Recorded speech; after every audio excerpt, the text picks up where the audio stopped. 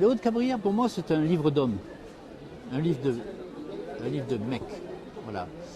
Pour quelle raison? Dans tous les villages, il y avait des fabriques de tuiles et de briques. Voilà. Et on creusait. Et on creusait pour avoir de la glaise et pour faire ces c'est difficile de passer sa vie dans, je veux dire, des mines à ciel ouvert. Je veux dire, avec, évidemment, les gars gagnaient rien du tout. Hein, bon. Et puis, il y a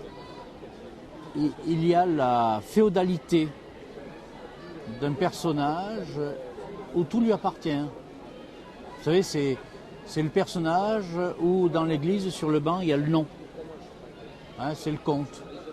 Et qui se permet de dire non, les enfants ne vont pas à l'école aujourd'hui parce que aujourd'hui on travaille, on est en retard, donc les enfants ne vont pas à l'école.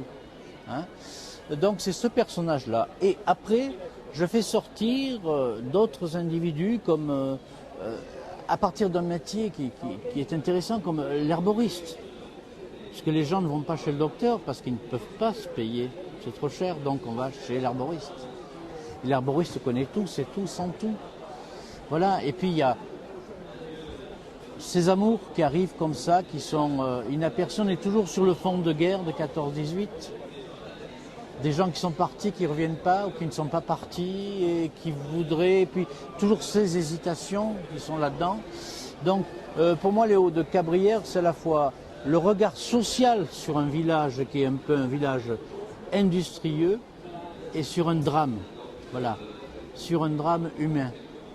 Mais je glisse lentement vers le roman policier parce qu'il y a des crimes, il y a des meurtres que on ne sait pas. Qui, pourquoi, comment. Et ce que j'adore faire lorsque je travaille, c'est amener les lecteurs sur des pistes où ils pensent résoudre les choses, mais en fait, ils ne les résolvent pas du tout.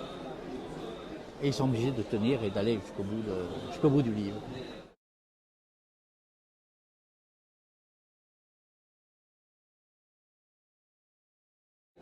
Alors le prochain roman s'appelle Les Brumes du Mercantour. Il sort en février.